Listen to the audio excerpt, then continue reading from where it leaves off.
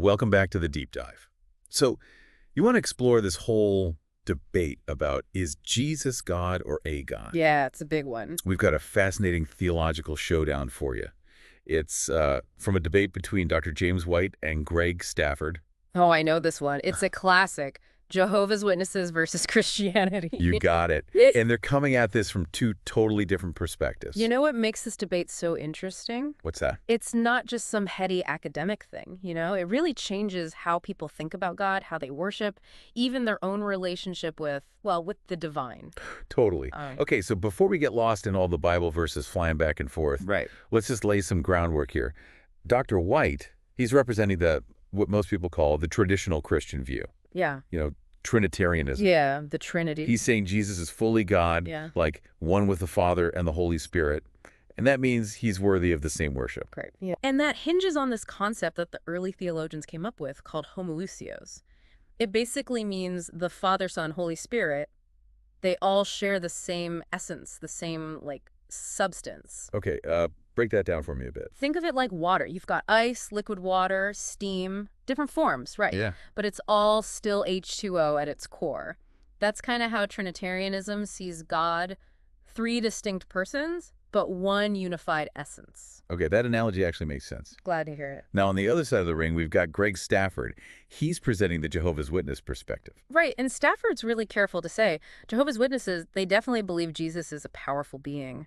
Divine, even. They call him a god, but with a lowercase g. Exactly. What they don't believe is that he's equal to God the Father, like in his very nature. They see Jesus as a separate being, kind of like a secondary divinity created by the Father. So we're not just talking about, like, different ways of reading the Bible here. It's two totally different ideas of what it even means to be God. 100%. And what's wild is both guys try to use this idea of monotheism, the belief in one God, to back up their arguments. Right, one God. But it sounds like they're playing the same game with different rule books. Perfect way to put it. So how does that actually play out? When do they start, like, throwing down Bible verses at each other? Well, Dr. White, he loves going back to the Old Testament, those passages that are all about the uniqueness of Yahweh, you know. He says, any being who's worthy of worship has to be the one creator God. And he thinks Jesus totally fits the bill. But Stafford believes in one God too, right? The Father. So how does he fit other, like, gods into that picture? He gets creative, and he pulls some interesting examples from the Bible where that word gods is used for, you know, beings other than the big God. Real? Like, sometimes it refers to angels. Even human judges are called gods. Stafford says these examples, they point to, like, a hierarchy. There's levels to this whole divinity thing. Whoa, hold on. Angels are gods now. That's a pretty different take on divinity than what I'm used to. So how does that work without, like, totally messing up the idea of one true God? That is the million-dollar question. And honestly, that's where things get heated when they start picking apart specific Bible passages. Like, give me an example. Okay, let's go straight to the one that everyone has an opinion on, John 1.1. Oh, here we go. In the beginning was the Word, and the Word was with God, and the Word was God. You know it. Or, and the Word was a God, depending which translation you like. Yeah, I can already see why this one gets people riled up. Right. This verse is like a tiny version of the whole debate, all crammed into like one sentence. Yeah. It all comes down to how you understand those few words. So break it down. How does each side interpret it? Dr. White, he's all about that capital G God. He says the context demands it. He points to how the word has this creative role, which seems to match up with how Yahweh is described in the Old Testament, you know? I see, yeah. And he loves bringing up John 1.18. It says, no one has seen God at any time. The only Son who is in the bosom of the Father, he has made him known. Okay. So for Dr. White, this is proof that Jesus, the Word, is the one revealing the unseen God. And if he can do that, he must be God himself. That's a pretty strong case. What does Stafford do with that? How does he counter that? Stafford, he's a master of the details. He really picks apart the wording of John 1.1, you know? He emphasizes how there's a distinction between the Word and God, and he points out that the Word was with God, like separate. I see. And then just to drive his point home, he pulls out John 17.3, where Jesus himself is praying to the Father, calling him the only true God. Wow.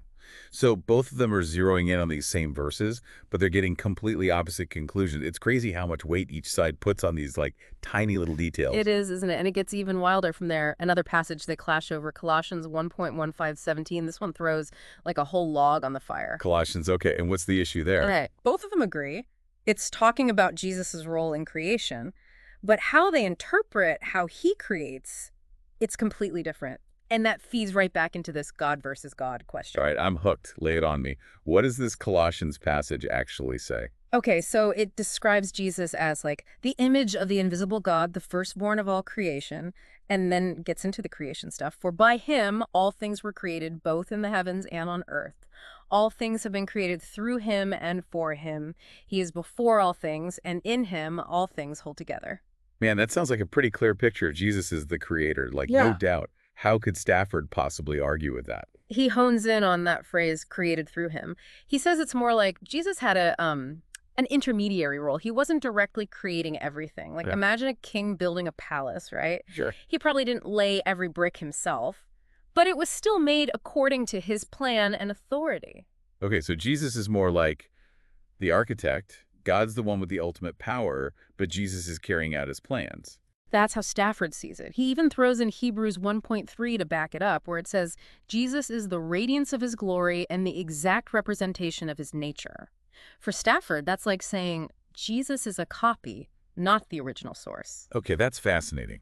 But I bet Dr. White has a counter-argument, doesn't he? Of course he does. He's not going to let that slide. He points out that Colossians also says, in him all things hold together. Like, that implies a level of power and control that, only God could have. He says if Jesus is just a created being, even a really strong one, there's no way he could be holding the entire universe together. Yeah, that makes sense. Then they go head-to-head on John 10:31-36, and it gets a little spicy. Oh, tell me more. Okay, so the Jews are accusing Jesus of blasphemy, right? For calling himself God. Okay, yeah, that's a bold move. You'd think if he wasn't God, he'd just deny it, set the record straight. Right. But instead, he throws out this question. Is it not written in your law, I said, you are gods? Hold up, wait a minute. He's quoting a passage where other people are called gods. Yeah. That's a weird defense. What's the deal with that? Yeah, that's what makes this passage so tricky. Dr. White says Jesus is being ironic here. Like, he's comparing those flawed human judges who were called gods in the Old Testament to his own, unique divine authority. It's like he's saying, yeah, sure, those guys were called gods, but come on, I'm talking about something totally different. So Dr. White thinks Jesus is making a clear distinction between himself and those other gods. Okay, what's Stafford's take on that? Stafford sees it as a straight-up parallel. He thinks Jesus is putting himself in the category of gods, but he's, the special one, because he's the Father's chosen representative. Like, he's saying, yep, I'm a God, but I'm the God who speaks for the Father. Man, I'm starting to see how this whole debate hinges on how you interpret these, little nuances in each passage. It's like those optical illusions. You see one thing or the other depending on how you look at it. It is. It's all about perspective. And then they get into Philippians 2:5-11, which theologians love because it really digs into, Christ's humility and obedience. Okay. It says that Jesus, who, though he was in the form of God, did not count equality with God a thing to be grasped. Whoa. Okay. At first glance, that sounds like a slam dunk for Jesus being divine. How does Stafford wiggle out of that one? He focuses on that whole self-emptying idea. The fact that Jesus didn't, explain his equality with God, but he chose to become human. For Stafford, that means Jesus did have that equality before he became incarnate. But by giving that up, Stafford says he wasn't God in the same way as the Father anymore. He got elevated because of his obedience, but that doesn't make him ontologically equal. There's still that hierarchy, you see. So Stafford's saying it's like a prince voluntarily giving up his royal status to live with the common people. He's still got royal blood, but he's not the king. Okay, I think I'm following. What's Dr. White's counter to that? How does he interpret it? He sees it as a beautiful illustration of the incarnation. Like, Jesus, while still being fully God, willingly took on the limitations of being human. Right. For Dr. White, it's all about holding that paradox. Jesus is both fully divine and fully human all at the same time. Man, this is getting deep. They're both using the same passage, but emphasizing totally different parts to support their arguments. This is like a masterclass in how to read the Bible. What's the final passage they go at it over? We end our biblical tour in the book of Revelation, chapters 4 and 5 specifically. Ooh, Revelation. Yeah, it's all these awesome visions of heaven. Angels, creatures, everyone's worshiping God and the Lamb. Okay, I'm picturing it, lots of drama unfolding. Yeah. What are the main sticking points here? What are they arguing about? Dr. White, he sees this whole shared worship thing as like the smoking gun. For him, it's clear proof that Jesus the Lamb is getting the same kind of adoration that should only be for God. He even points out how God's described in Isaiah 6 is super similar to how the Lamb's shown in Revelation 5. Like, maybe Isaiah actually saw Jesus' glory way back then. So Dr. White's saying, if they're both getting the same worship, Jesus must be God. But how does Stafford deal with that? It seems pretty clear-cut that Jesus is being worshipped here. Stafford, he's all about the details, remember? Right. He says, yeah, okay, worship is happening, but he digs into the specific Greek word they use for, like, religious worship, proskuneo. And he says it's not used in the exact same way for the Lamb as it is for God in Revelation 4. It's a subtle difference, but for Stafford, it means there are levels of reverence. So Stafford might say both God and the Lamb deserve honor, respect, but there's a difference in the type of worship they get. Exactly. It's like, think about bowing to a king versus bowing to, like, a high-ranking official. Same action, right? Yeah. But the meaning's totally different. It all goes back to that hierarchy thing. Man, this is making my brain hurt. It's wild how one little Greek word can make such a huge difference in how they interpret this. Makes you realize you got to read these texts carefully. It really does. And, on top of the specific passages we talked about, there are a few other areas where Dr. White and Stafford, they just bump heads. Like, one big one is this whole question of God's attributes. Omnipotence, omniscience, the whole shebang. Right, those big, mind-blowing concepts, being all-powerful, all-knowing, everywhere at once.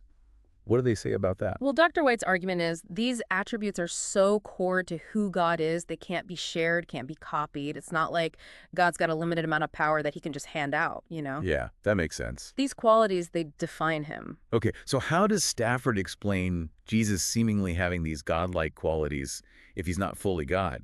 I mean, Jesus does some pretty amazing things in the Bible. Stafford says, yeah, God has those attributes perfectly, completely, but they don't necessarily translate perfectly to creation or even between divine beings. Like, there's levels to it. Jesus is powerful, but he's not operating at the same level as the Father. So there are, like, limits to how much of God's power can be reflected in other beings, even divine ones. Exactly. And this leads to another big clash point: idolatry. Ah, right, the whole worshiping the wrong thing issue. How does that play out in this debate? From Dr. White's view, traditional Christian perspective, worshiping any creature, no matter how amazing they are, it's a no-go. It's like taking that ultimate love and adoration that belongs to God and giving it to something else. Okay, but Stafford seems totally fine with worshiping Jesus. So how does he square that with the whole don't worship idols thing? This is where their views on God really collide. Stafford says it's okay to worship a divine being like Jesus because, for him, Jesus perfectly reflects God. He's acting as God's rep. Like, imagine paying respect to an ambassador. You're really honoring the king they represent, right? So for Stafford, it's not idolatry if you're ultimately worshiping God through Jesus. That's a big difference. Absolutely. And this highlights another key difference: how they approach reading the Bible. Ah, yes, the age-old question. What's the right way to read the Bible? Both guys, they're all about understanding Scripture in context, but they disagree on what that context is. So it's not just about what it says, but how we understand it. That's a good point. What are their approaches?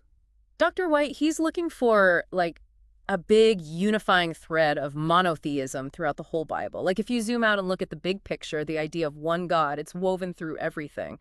But Stafford, he's more focused on the specifics of each passage, the language, the literary devices they use, the immediate context. He's not as worried about, like, a grand theory. He's all about the nuances of each little text. It's like they're both detectives trying to solve the same mystery, but they're using totally different methods. One's looking for the big picture of the motive, while the other's, like, meticulously analyzing every single clue. Perfect analogy.